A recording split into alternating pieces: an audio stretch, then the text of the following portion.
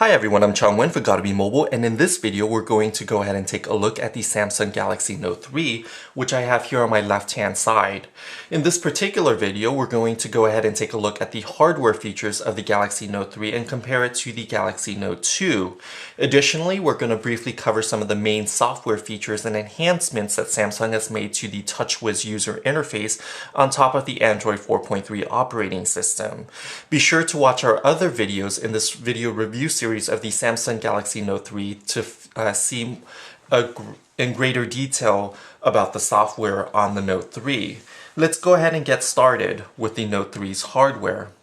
On the front of the device, you're going to see immediately that the front is dominated by a 5.7-inch Full HD Super AMOLED display. So this 5.7-inch has the same 1080p HD resolution that many people have on their much larger HD TV at home in their living room.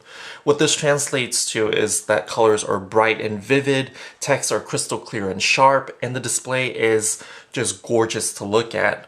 The display size has increased from a 5.5-inch display on the Note 2, which has a 720p display. So immediately, if you're upgrading from a Note 2, you're going to notice that the display on the Note 3 is just gorgeous and super crisp.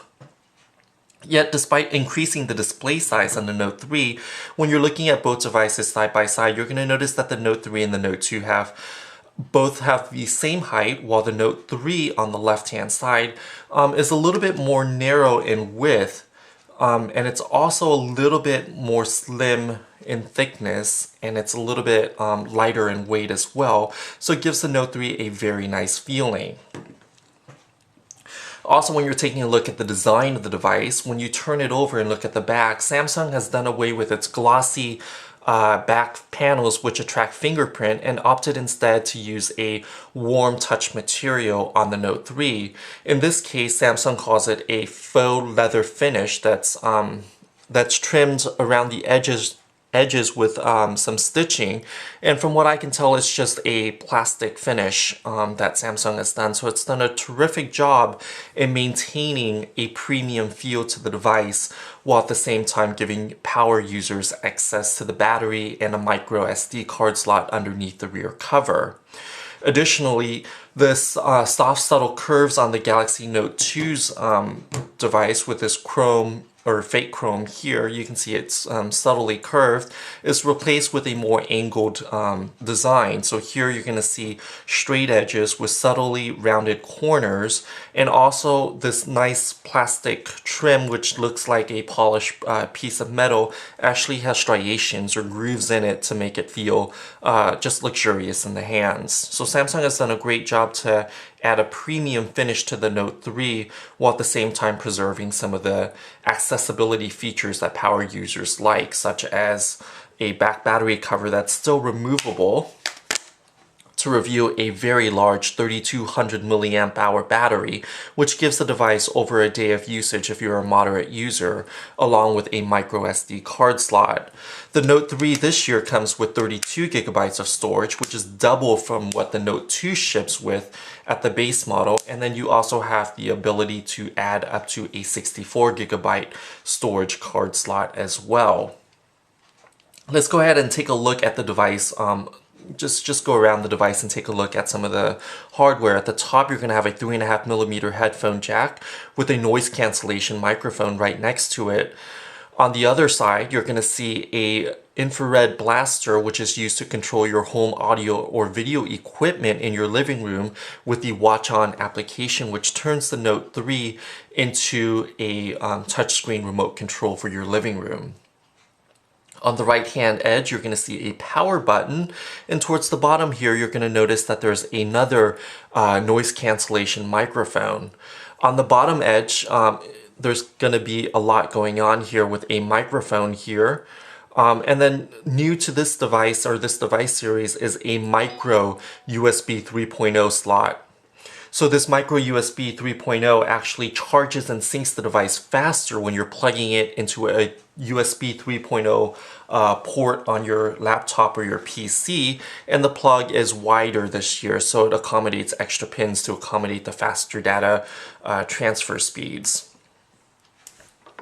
In reality, you're not going to notice any difference in charging time when you're plugging the device into a wall outlet. So, and also another nice thing about the USB or micro USB 3.0 port is that it's backward compatible with existing micro USB 2.0 ports. So you can just go ahead and plug it in. It's not going to benefit from the faster data transfer rates if you're plugging it into a USB 3.0 port on your computer.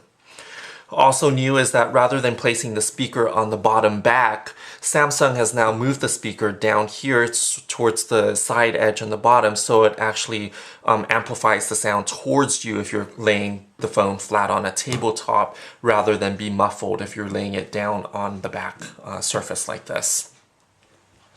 And at the top, you saw a blue blinking LED notification light. So the device does come with a notification light as well as a 2.0 megapixel front-facing camera.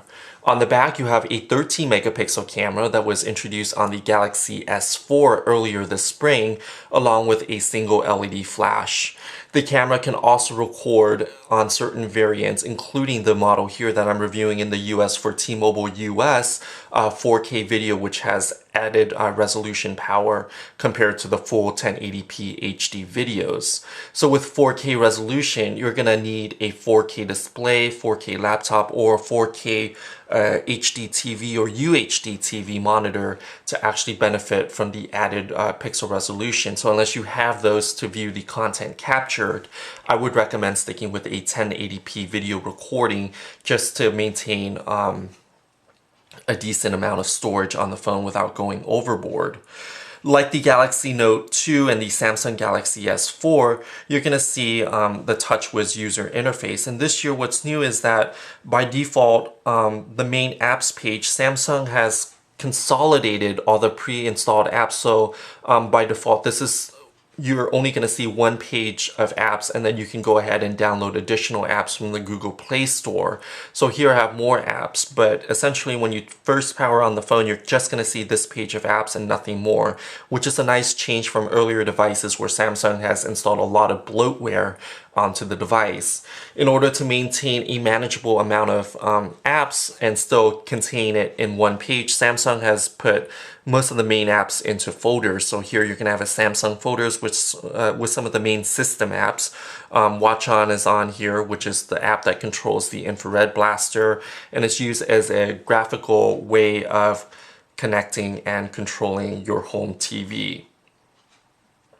I'm not going to go ahead and set it up right now. And then there's a Google Apps where all the Google applications lay.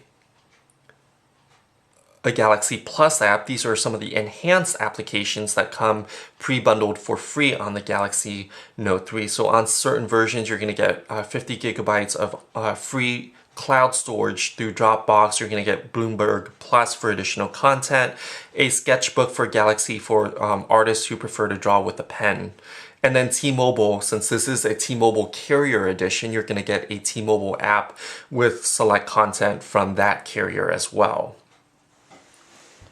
This year with the S Pen on the bottom, the nice part about the pen is that you can now activate the capacitive buttons on the bottom of the display with the pen. That was something that was missing on the Galaxy Note 2. So if you're drawing or writing on the screen, you're going to have to switch between your fingers to activate the capacitive buttons here on the bottom. Additionally, when you're removing the pen out of its silo, as you saw earlier, is that now there's a new command. So the Air command is a new option that comes on the Galaxy Note 3, and it has 5 new functions through this radio dial that you can access with your pen. So new are Action Memo, Scrapbooker, ScreenWrite, S-Finder, and Pen Window, which we're going to discuss in greater details in a separate video, so be sure to tune into that one. Also, once you open up the settings menu here, you're going to see that Samsung has included a number of the features that, these are motion or touchless features that were enabled on the Galaxy S4 earlier this year. Some of those features are genuinely useful, others are superfluous, and it just depends on what type of user you are if those features are useful or not useful to you. But you do have access to all of the features that are on the Galaxy S4, including some of the motion controls. So you can go ahead and, if you're on a long web page, just swipe your hand over the screen to go ahead and flip or scroll through the pages as well. There are air gestures, and the display will automatically stay lit or bright as it is right now if you're looking at it, because it's always sensing your face or your eyes looking at the screen with the front-facing camera. Additionally, there are other features, and Samsung also has an increased touch sensitivity setting. So like on the Galaxy S4, you can use the screen with gloves on, which is nice since this phone is launching in the fall time. So users in colder climate who would need gloves in the winter can use this phone with light or thinner gloves on. And like the Galaxy Note 2, one of the hallmarked features of this device is the multi-window view, which we can go ahead and activate. And this allows you to multitask. And this time, unlike with the Galaxy Note 2, one of the new features is that you can go ahead and launch 2 applications at the same time. So I have Chat On the bottom, and now I can go ahead and launch a second Chat On the top. So this way it gives you a lot more flexibility in the ability to multitask. So these are just some of the software features that are enabled on TouchWiz. And to compete with HTC's Blink Feed, which aggregates news and social media content, Samsung had traditionally included a Flipboard application on the Galaxy Note series. But this year, if you go ahead and press on the home button from the main home screen, what you're going to see is that this year there's a new, this new application is called My Magazine, and it's essentially made by Flipboard. And it gives you just different cover stories, and it also gives you, I think I launched, here we go. So it gives you access to 4 different categories. So you have the news, and you can go ahead and scroll through different news items that you select. It also aggregates the personal content on your phone. So if you have missed calls, notifications, calendar alerts, even your S Health and some of your gallery applications as well. Here and Now gives you access to the content or the activities that are going on around you right now. So local movie listings, events, and things to explore around town.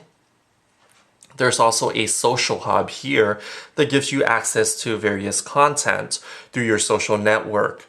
What's curious is that although this is very similar to Flipboard and is actually made by Flipboard, the social hub actually only integrates a limited number of social networks. Flipboard actually also integrates all of these along with the Facebook for your Facebook wall posts. Unfortunately, on this one, it's a little confusing and Facebook is not included here, but it is still included on the original Flipboard, which is also pre-installed on the Note 3. And to configure this, all you would have to do is launch the menu button here at the top, and then if you hit the arrow, it's going to give you options to add whatever content you desire that's available to select from.